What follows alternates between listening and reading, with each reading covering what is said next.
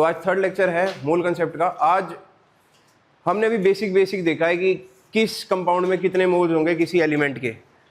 अब हम देखेंगे मास और मास का रिलेशन। तो हेडिंग डालो, mass of a given element, mass of a given element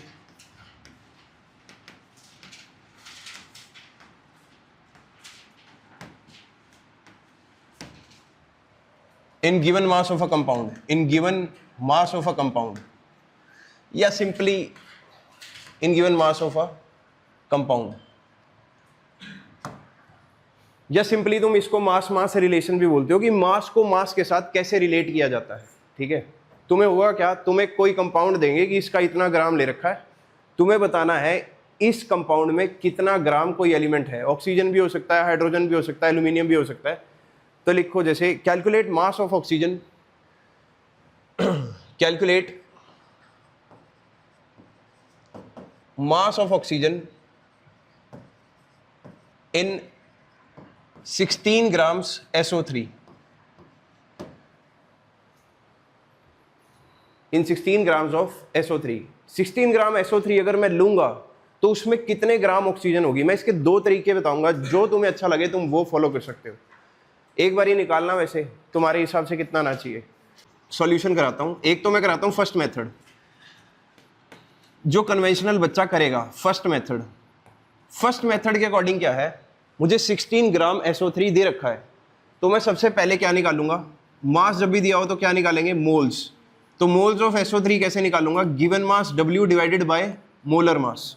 ठीक है, गिवन मास कितना दिया है 16 ग्राम डिवाइडेड बाय इसका मोलर मास कितना होता है 80 निकल गया सबका।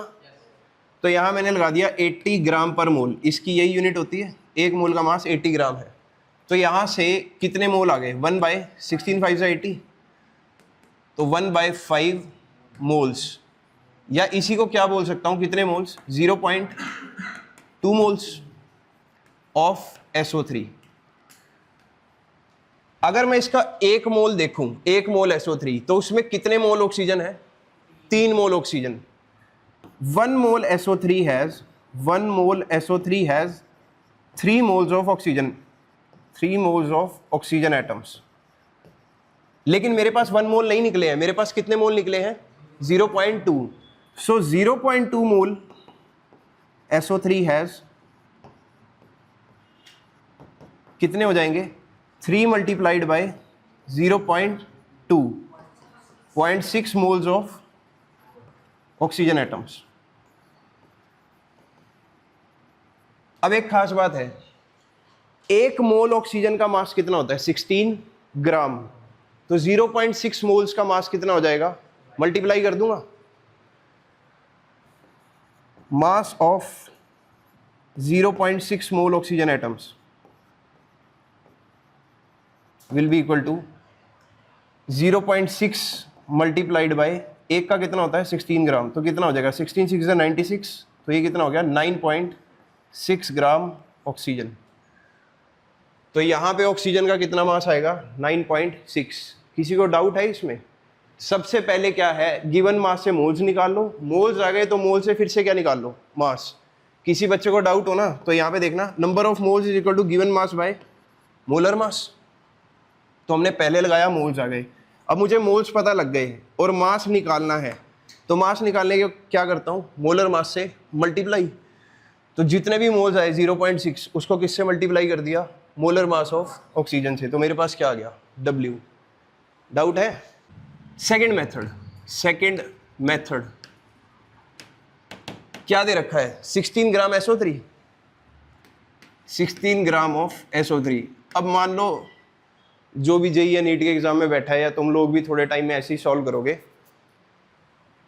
इसका एक मोल पता है, इसके एक मोल का मास कितना है SO3 का, 80 ग्राम्स। एक मोल का मास है 80 ग्राम, और उसमें कितनी ऑक्सीजन है, 3 मोल। 3 मोल ऑक्सीजन का मास कितना होता है, 16 × 48। तो मैं ऐसे लिख सकता हूं 48 ग्राम ऑक्सीजन है इन 80 ग्राम SO3। क्या मैं लिख सकता हूं बात? इसके एक मोल में 3 मोल है ना, मैं डायरेक्टली मास से अगर देखूं तो इसके 80 ग्राम में कितने ग्राम ऑक्सीजन है, 48 ग्राम। मुझे कितने में निकालनी है? 16 ग्राम में। 48 ग्राम ऑक्सीजन है 80 ग्राम SO3 में। 16 ग्राम SO3 में कितनी होगी? यूनिटरी मेथड लगा दिया। 16 1 जा 16, 16 5 जा 80 हो गया। इसको सॉल्व करना कितना आएगा? 9.6 कर लिया ना सॉल्व। 5 9 जा 45 और 3 बच जाएगा, 5 6 जा 30। आंसर आ गया कितना? 9.6 ग्राम ऑक्सीजन। ये है जो छोटा मेथड। पर ये छोटा तो है लेकिन इसमें दिमाग शुरू से चलना शुरू हो जाता है। What mass of SO2 will contain 1.2 Na oxygen atoms.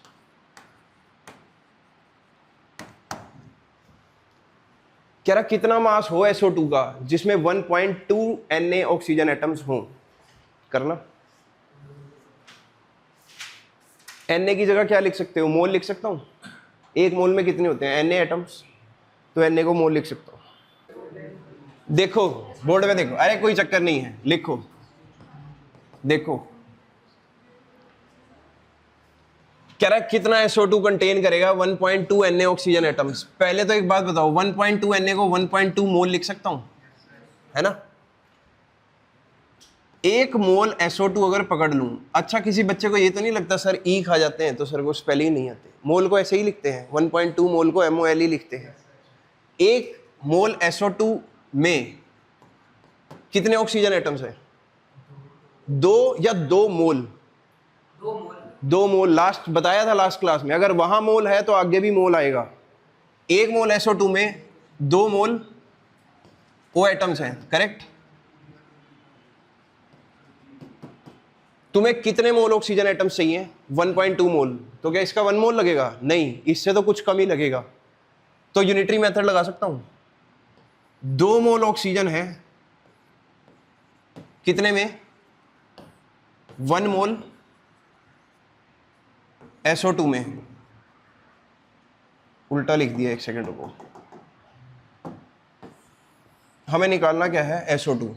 तो यहां से अगर मैं देखूं तो 1.2 मोल क्या दे रखे हैं? ऑक्सीजन एटम्स, ठीक है। 2 मोल ऑक्सीजन एटम्स हैं कितने में? 1 मोल SO2 में। तो 1 मोल SO2 में कितने हैं? 2 मोल ऑक्सीजन एटम्स। 1.2 मोल ऑक्सीजन एटम्स के लिए कितना SO2 रहेगा? निकाल सकता हूं ऐसे। किसी को यूनिटरी मेथड नहीं आता तो वो बताओ कि यूनिटरी नहीं आता। आता है? ऑलमोस्ट आता है। मैं तुम्हें एक तरीका बता देता हूं। जो तुम्हें निकालना होता है, हमें क्या निकालना है? SO2। जो भी निकालना होता है उसका डाटा न्यूमरेटर में रखा करो। तो 1 मोल SO2 कंटेन्स 2 मोल ऑक्सीजन एटम्स। तुम्हें कितने मोल ऑक्सीजन एटम्स चाहिए? 1.2। इसको काटना, कितने से कटेगा? 0.6। मोल ऑक्सीजन एटम से मोल ऑक्सीजन एटम्स कट गया तो कितना आया? 0.6 मोल्स ऑफ SO2। अब क्या उसने मोल्स में पूछा आंसर? मास में। मोल्स को मास में कैसे कन्वर्ट करते हैं?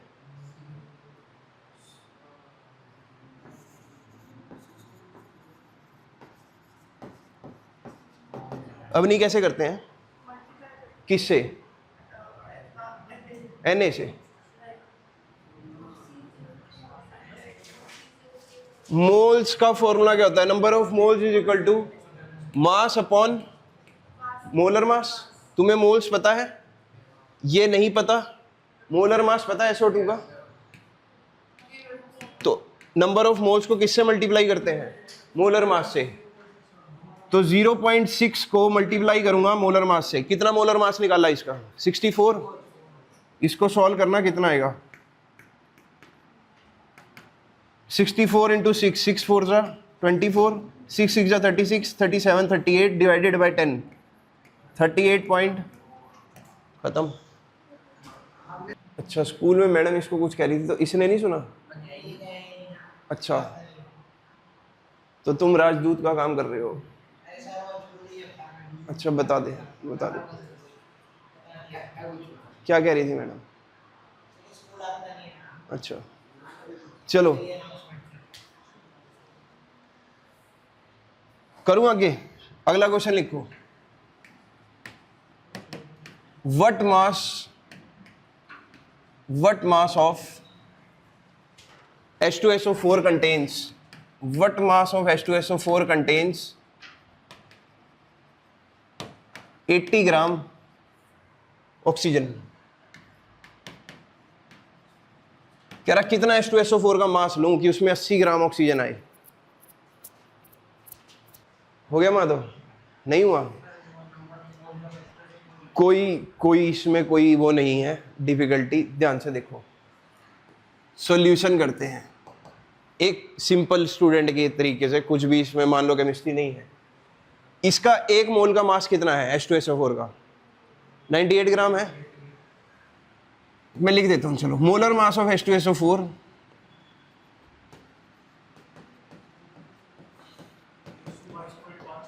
हाँ शाबाश गौरव, सही है। देखो मोलर मास है 98 ग्राम, यानी कि इसके 1 मोल का मास कितना है? 98 ग्राम। इसके 1 मोल में कितने मोल ऑक्सीजन है? 4 मोल ऑक्सीजन है। आंसर वही दो जो मैं पूछ रहा हूं, 64 मोल नहीं है। 1 मोल में कितने मोल ऑक्सीजन है? 4 मोल। इसका मतलब इसके 98 ग्राम में इसके 4 मोल ऑक्सीजन है। 4 मोल ऑक्सीजन का मास कितना है? मास ऑफ 4 मोल्स ऑक्सीजन कितना होगा? 16 इंटू 4 64 ग्राम। इसका मतलब 64 ग्राम ऑक्सीजन है 98 ग्राम में। हमें कितने में निकालने हैं? खत्म हो गया। मास ऑफ H2SO4 रिक्वायर्ड, देखना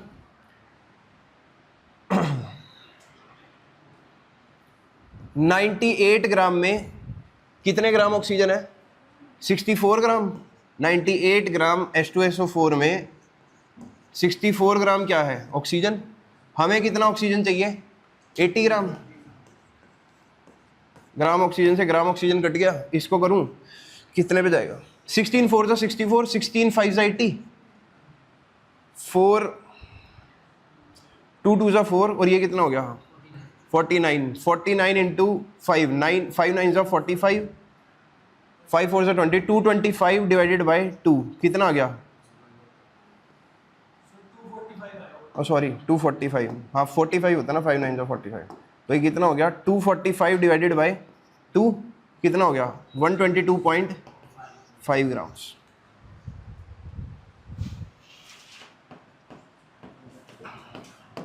तो मोल और मास हाथ में बैठना चाहिए बिल्कुल एकदम। दोबारा समझा देता हूं। 98 ग्राम में 64 ग्राम ऑक्सीजन है, 64 ग्राम। तो 98 में 64 ग्राम ऑक्सीजन है। मुझे कितनी ऑक्सीजन पूछी गई है? 80 ग्राम। तो 80 से मल्टीप्लाई कर दूंगा, H2SO4 का मास आ जाएगा। खत्म। आ गया ख्याति समझ में? Samaira, what mass of H3PO4 contains 0.25 moles of oxygen।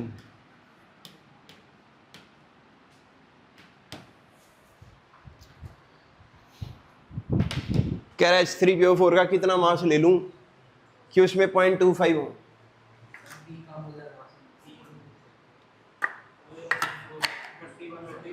(31) potassium का होता है 39, फॉस्फोरस का 30। हाँ ठीक है, नहीं ठीक है। करें क्वेश्चन, देखना हो गया Samaira. What mass of H3PO4 contains, पहले मोल से कर लेते हैं। इसके 1 मोल में 1 मोल H3PO4 हैज कितने मोल ऑक्सीजन एटम्स? 4। क्या मोल? पूरा बोला करो। 4 और 4 मोल में उतना ही फर्क है जितना जमीन और आसमान में है। Has 4 mole oxygen atoms, correct.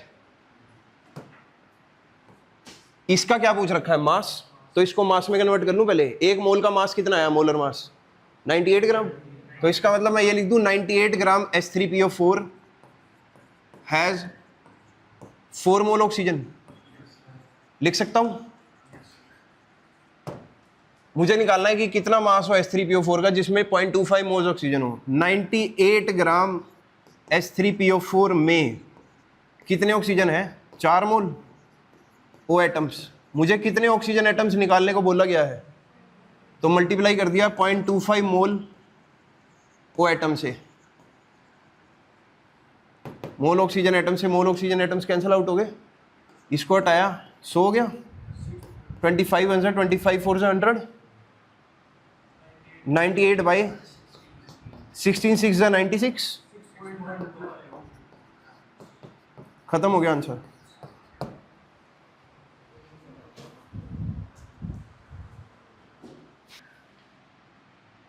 Third method लिखो। थर्ड मेथड है ideal gas equation. Ideal gas equation.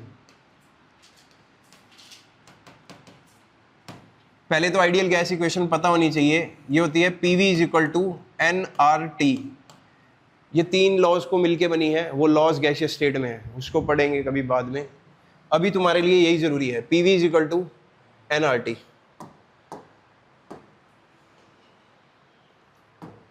P क्या है? Pressure of the gas. V क्या है? Volume of the gas. N क्या है? Number of moles. R यहाँ पे क्या है? Universal gas constant. अभी सारी चीजें बताऊंगा। T क्या है? जिस टेम्परेचर पे भी आपने गैस को रखा हुआ है, ठीक है। तो P प्रेशर है, V वॉल्यूम है, T टेम्परेचर है, N क्या है? नंबर ऑफ मोल्स, और R क्या है? Universal gas constant. तो लिखो P is equal to pressure of gas.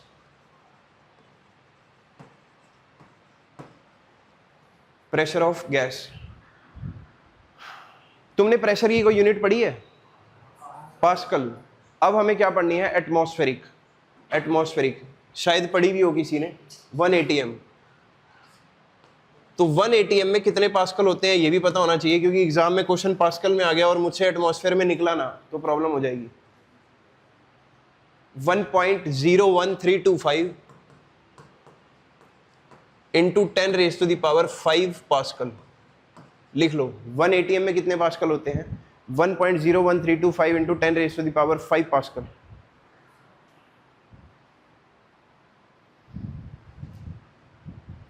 बार सुनिए किसी ने? बार, प्रेशर की यूनिट बार। बार भी आएगा क्वेश्चन में। लिखो 1 atm is equal to 1.01325 bar.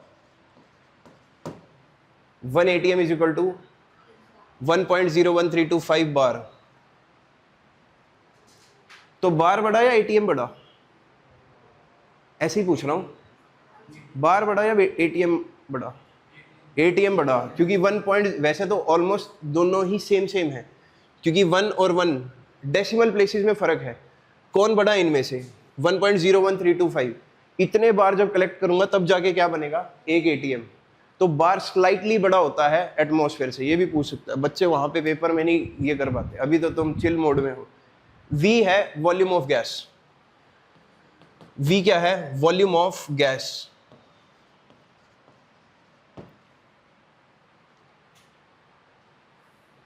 Volume किस में नापते हैं?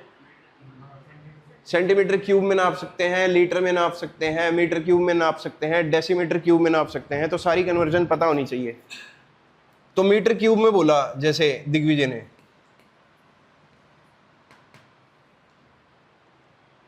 वन मीटर क्यूब में कितने लीटर होते हैं? ये नहीं पता। 1000। और किसी को पता है? 10,000 नहीं, सुनो, 1000 लीटर होते हैं। मैंने कैसे याद किया था? घर पे यूजुअली टैंकी कितने लीटर की रखवाते हैं? 1000 लीटर की। तो 1 मीटर क्यूब का मतलब क्या है? 1 metre multiplied by 1 metre multiplied by 1 metre. ये हो गया 1 मीटर क्यूब। 1 मीटर लंबी, 1 मीटर चौड़ी और 1 मीटर ऊंची जो टैंकी होती है जो घर पे, उसका वॉल्यूम कितना होता है? 1000 लीटर। तो 1 metre cube is equal to कितना होता है? 1000 लीटर। तो 1 metre cube is equal to 1000 litre. ये बात क्लियर है सबको? तो ये कन्वर्जन नहीं भूलनी है। 1 लीटर में होते हैं 1 litre is equal to 1 decimetre cube. 1 decimetre cube, 1 litre में 1 डेसीमीटर क्यूब होगा। 1 लीटर में ख्याति कितने ml होते हैं? 1000 ml। तो 1 लीटर में कितने ml होते हैं? 1000 ml। 1 ml को बोलते हैं 1 सेंटीमीटर क्यूब के बराबर। 1 ml इज इक्वल टू कितना होता है? 1 सेंटीमीटर क्यूब। तो 1 लीटर में कितने सेंटीमीटर क्यूब होते हैं? 1000 सेंटीमीटर क्यूब। जब 1 ml 1 सेंटीमीटर क्यूब के है और 1 लीटर में 1000 ml है, तो 1000 ही क्या होंगे? सेंटीमीटर क्यूब भी होंगे। तो कैसे भी पूछ सकता है। तो ये कन्वर्जन्स लिखो। सेंटीमीटर क्यूब को क्या बोलते हैं कई बार? सीसी। सीसी।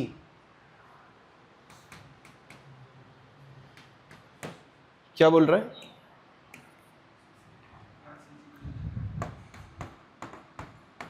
क्या? सीसी? तो बिल्कुल, सीसी इंजन का मतलब क्या है? वो भी तो वॉल्यूम है। पिस्टन कितना वॉल्यूम जो है डिस्प्लेस कर सकता है। अगर तुम बड़े सीसी का इंजन लोगे तो ज्यादा वॉल्यूम डिस्प्लेस कर देगा वो। एक स्प्लेंडर है, उसका पिस्टन इतना ही जा रहा है, और जो वो होगी, कोई बताइए स्पोर्ट्स भाई, निंजा। निंजा तो बेकार है। और बता। हाँ, S1000RR, वो 1000 सीसी का है, तो वो कितना वॉल्यूम डिस्प्लेस करेगा? 1000 सेंटीमीटर। 100 कर रहा है। तो पिस्टन का जो डिस्प्लेसमेंट कैपेसिटी है वो सीसी में ही नापते हैं। तो सीसी भी दे सकता है। तो ये यूनिट कन्वर्जन याद रहेगी।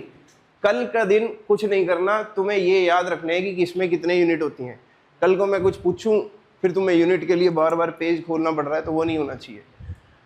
टी क्या है? Temperature. Temperature of gas.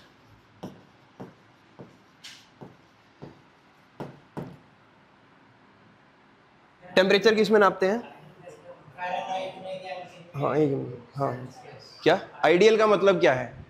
Ideal, कोई भी गैस एक्चुअल में आइडियल नहीं है। 3 लॉज आए थे। पहला था बॉयल्स लॉ, जिसने हमें बताया कि टेम्परेचर के साथ गैस का क्या रिलेशन है, वो सब बताऊंगा। प्रेशर और वॉल्यूम का कांस्टेंट टेम्परेचर पे क्या रिलेशन है, वैसे तुम बता भी सकते हो। अगर मैं बात करूं, गैस ले ली मैंने एक कंटेनर में, मैं पहले बॉयल्स लॉ बता रहा हूं। बॉयल्स लॉ, मैंने इसके ऊपर पिस्टन लगा दिया, प्रेशर इंक्रीज कर दिया, ऊपर से पिस्टन दबा दिया, तो वॉल्यूम ऑफ गैस बढ़ जाएगा या कम हो जाएगा? कम हो जाएगा। पिस्टन नीचे आ जाएगा तो गैस के पास घूमने के लिए क्या होगा? कम वॉल्यूम होगा। तो pressure inversely proportional to volume. फिर ऐसे ही आया चार्ल्स लॉ, उसके बाद आया गे-लुसेक लॉ। तो 3 लॉज जब मिले तो वहां से एक इक्वेशन आई, PV is equal to nRT। तो जो गैस इन तीनों लॉज को फॉलो करती है उसको क्या बोलते हैं? Ideal gas. और जो फॉलो नहीं करती उनको बोलते हैं रियल गैस। नेचर में कोई भी गैस परफेक्टली आइडियल नहीं है, 100% आइडियल कोई भी गैस नहीं है। लेकिन जब भी हमें क्वेश्चन सॉल्व करना होता है, हम गैस का कौन सा नेचर मान के चलते हैं? आइडियल। तो आइडियल में हम ये इक्वेशन लगा सकते हैं। उसके बाद रियल गैसेस के ऊपर स्टडी करी वैन डर वाल ने, फिर उसने अपनी गैस निकाली, वैन डर वाल्स गैस। तो उसका इक्वेशन चेंज हो गया। उसने एक इक्वेशन दी थी, P + A n²/v², v - nb is equal to nRT। वो पहले होती थी, अब सिलेबस में नहीं है तुम्हारे, तो मैं इतना प्रेशराइज करना भी नहीं चाह रहा कि तुम उसको याद करो। तो अभी ये आइडियल गैस है जो तीनों लॉज को फॉलो करे, Boyle's law, Charles law, Gay Lussac law. तो वो कैसी है? Ideal gas. टी था टेम्परेचर ऑफ गैस। जनरली तुम्हें अगर डिग्री सेल्सियस में दिया हो तो तुम्हें चेंज करना पड़ेगा उसको, किसमें? केल्विन में। तो कैसे चेंज करते हैं? 273 यही होता है। 0.15 भी होता है वैसे। 0.15 नहीं लगाओगे चल जाएगा, क्योंकि एग्जाम्स में जितनी बुक्स छपी हुई हैं वो 273 के हिसाब से क्वेश्चन कर देती हैं। तो लिख सकते हो। डिग्री सेल्सियस दे रहा हो, 1 डिग्री सेल्सियस में कितने हैं? तो अगर डिग्री सेल्सियस को कन्वर्ट करना हो तो जो भी तुम्हें टेम्परेचर दे रखा है उसमें क्या ऐड कर दो? 273 केल्विन ऐड कर दो। फॉर केल्विन तुम ये फॉर्मूला लगा सकते हो। डिग्री सेल्सियस में क्या ऐड कर दो? 273, और एग्जैक्ट चाहिए हो तो 273.15। यहाँ पे भी लिख लो। और ये 1 डिग्री नहीं आएगा भाई, 0 डिग्री आएगा, नहीं तो हमारा यूनिट गलत हो जाएगा ना। 0 डिग्री सेल्सियस में 273 केल्विन होते हैं। तो 1 में कितने हो जाएंगे? 274। 2 में कितने हो जाएंगे? 270। हाँ, 275, तो 0 डिग्री में 273 केल्विन है। एग्जैक्ट अगर नंबर चाहिए तो लिख लो 273.15। ये याद रहेगा सबको। अब बात है इस इक्वेशन में जो भी टेम्परेचर लगेगा वो किस में लगाओगे? केल्विन में। कभी भी डिग्री सेल्सियस में मत लगाना। तो यहां पे यूज टेम्परेचर यहां लिख लो ऑलवेज इन केल्विन। अगर केल्विन में नहीं दे रखा तो पहले क्या करोगे? कन्वर्ट करोगे और उसके बाद लगाओगे। तो 0 degree celsius is equal to 273 kelvin.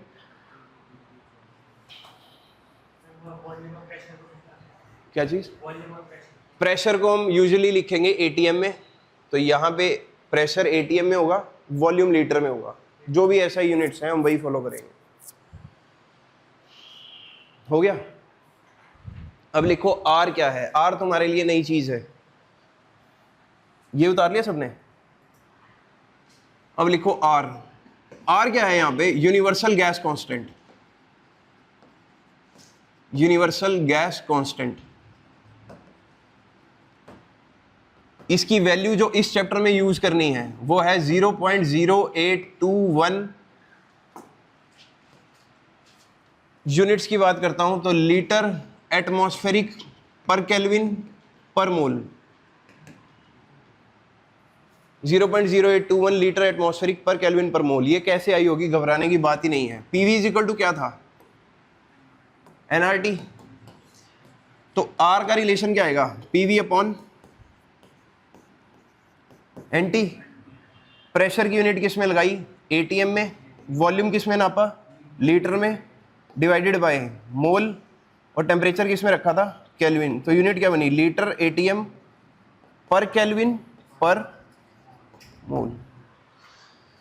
तो बच्चों को लगता है बहुत बड़ी यूनिट है, कुछ नहीं है, इसी से आई है। PV is equal to nRT, R is equal to PV upon nT. तो pressure into volume divided by moles और केल्विन। तो यहां पे ये लग जाएगी। थर्मोडायनेमिक्स में कौन सी यूनिट लगेंगी? इन थर्मोडायनेमिक्स। अभी लिख लो, थर्मोडायनेमिक्स वाले चैप्टर में पूछूंगा तुमसे, क्या किसी को याद है? उस टाइम भी ऐसा ही मुंह दिखेगा कि नहीं याद, भूल गए। तो कोशिश करना याद रहे। 8.314 जूल पर केल्विन पर मोल या 2 कैलोरी पर केल्विन पर मोल। इन थर्मोडायनेमिक्स जो इस साल आएगा उसमें ये यूज करेंगे। आर की वैल्यू है, तीनों आर की वैल्यू है अलग अलग यूनिट के साथ। आर आर आर इस चैप्टर में ये यूज करेंगे।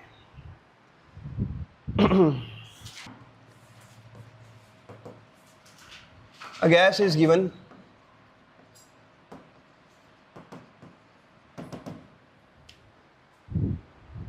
वॉल्यूम दे रखा है 50 ml,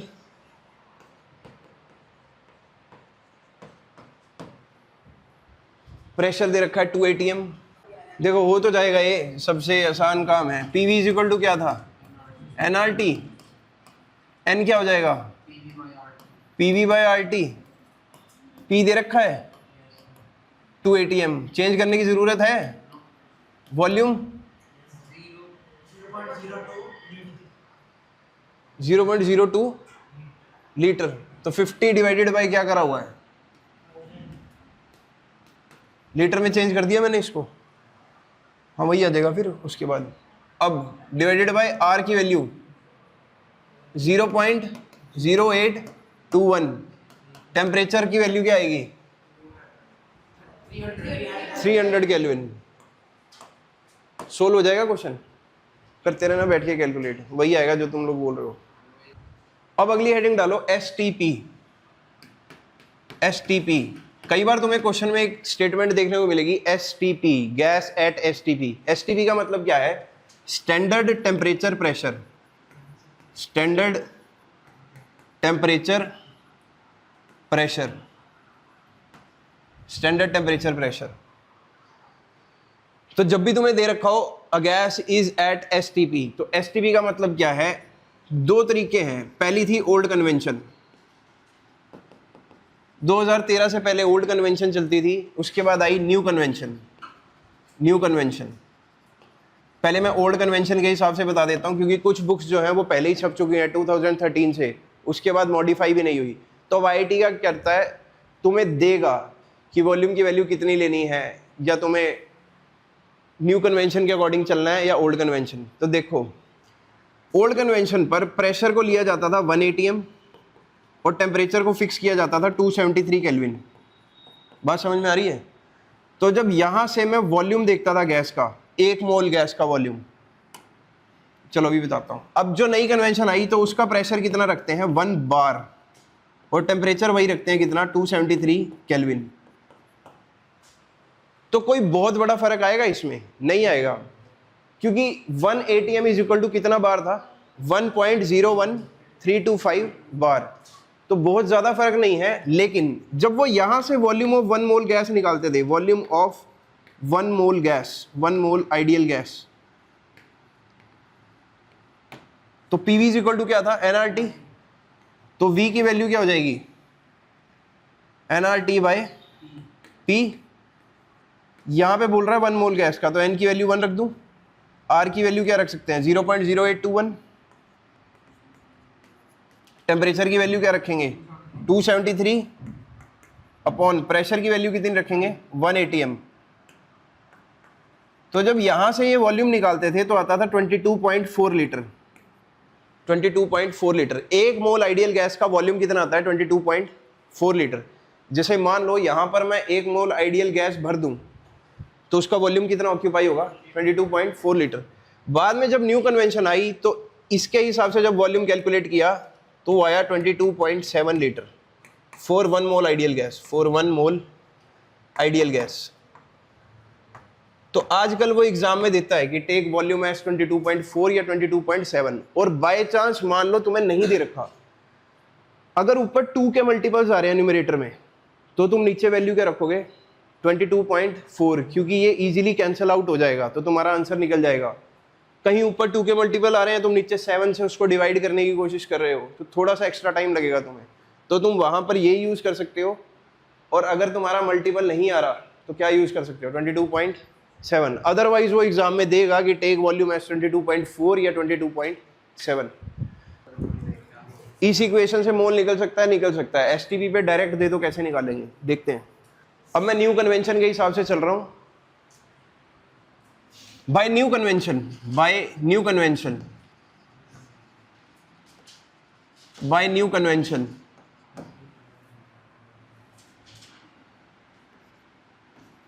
volume of 1 mole gas at STP कितना है 22.7 लीटर। यानी कि मैं ये लिख सकता हूं 22.7 litre of gas is equal to 1 mole of gas, 1 mole of ideal gas लिख सकता हूं। तो 22.7 लीटर में कितने मोल हैं, V लीटर में कितना होगा, V litre of ideal gas has how many moles, how many moles. तो यूनिटरी मेथड लगा सकता हूं। 1 मोल होता है कितने में 22.7 लीटर में, हमें कितना दे रखा है V लीटर में, तो मोल निकालने का तरीका आ गया। तो मोल का थर्ड मेथड जो आज खत्म हो जाएगा, इसके बाद कोई मेथड नहीं है। मोल इज इक्वल टू, पहला मेथड क्या पढ़ा था गिवन मास बाय मोलर मास, दूसरा मेथड क्या पढ़ा था given number upon Avogadro's number, third method क्या है गिवन वॉल्यूम अपॉन,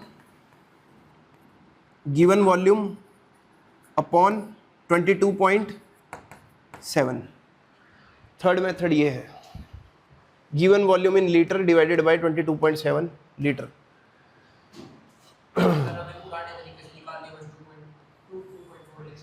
हाँ, पुराने तरीके से निकालनी हो तो क्या हो जाएगा गिवन वॉल्यूम अपॉन 22.4 लीटर। ये सेम रेफरेंस का ही तो तरीका है जैसे डजन और उसका था। हम किसी रेफरेंस से डिवाइड करते थे, हमारा रेफरेंस वॉल्यूम के टर्म्स में कितना है 22.7, तो जो भी वॉल्यूम दे रखा हो उसको किससे डिवाइड कर दो 22.7 से, और पुराने तरीके से 22.4 से, खत्म। तो एक बात देखो, अब मैंने एक तरीका सीख लिया वॉल्यूम और मोल का। अगर वॉल्यूम दे रखा है और मोल्स निकालने हैं, वॉल्यूम एट एसटीपी अगर दे रखा है वॉल्यूम से अगर मोल्स निकालने हैं तो क्या करता हूं, डिवाइड बाय 22.7 लीटर।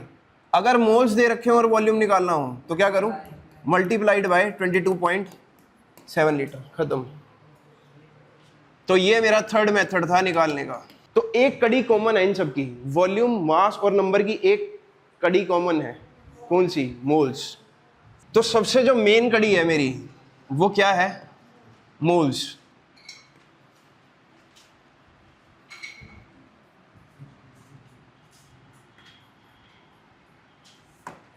अगर मास दे रखा हो, मास नहीं देगा तो क्या देगा, नंबर देगा, number of particles. Number of particles नहीं देगा तो क्या देगा, volume of gas at HTP. बढ़िया,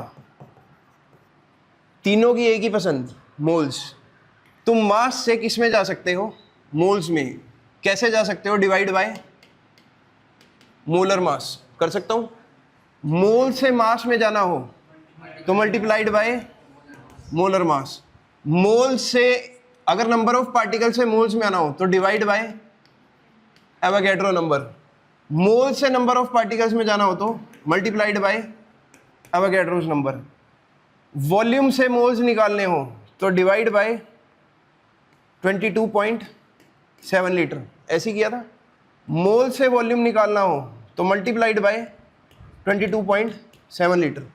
समझ में आ रही है बात, खत्म मोल कंसेप्ट। इस एक स्लाइड से, अगर ये स्लाइड तुम्हें आती है तो मैंने जितने 2-3 लेक्चर लिए हैं कोई पढ़ने की जरूरत नहीं, एक स्लाइड से। पिछले 3 लेक्चर इज इक्वल टू एक स्लाइड। ये स्लाइड किसी को क्लियर है तो कोई दिक्कत नहीं आएगी। इसका फायदा क्या है सर, इतनी इंपॉर्टेंट स्लाइड क्यों है, पहले समझ लो। तुम्हें मास दे रखा है किसी चीज का, उसके नंबर ऑफ पार्टिकल्स पूछ लिए, क्या करोगे, मास से मोल्स में जाओगे, मोल से किस में चले जाओगे, नंबर ऑफ पार्टिकल्स में। किसी ने नंबर ऑफ पार्टिकल्स दे दिए और मास पूछ लिया तो नंबर ऑफ पार्टिकल्स से मोल्स में जाओगे और मोल से किस में चले जाओगे, मास में। मास से वॉल्यूम पूछ लिया तो मास से मोल्स में जाऊंगा, मोल से वॉल्यूम में चला जाऊंगा। वॉल्यूम दे रखा है और मास पूछ लिया, वॉल्यूम से मोल्स में जाऊंगा, मोल से मास में चला जाऊंगा। वॉल्यूम से नंबर पूछ लिया, वॉल्यूम से मोल्स में जाऊंगा, मोल से नंबर में चला जाऊंगा। तो सबको कनेक्ट करने वाली एक कॉमन कड़ी कौन सी है, मोल्स। तो ये है कंसेप्ट, मोल कंसेप्ट। तो यहां तक आने के लिए बेसिक क्लियर किया है।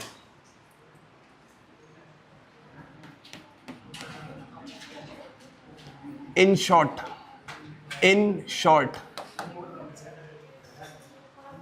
आई होप आ गया होगा समझ में। इसको एक बार रिवाइज जरूर करना।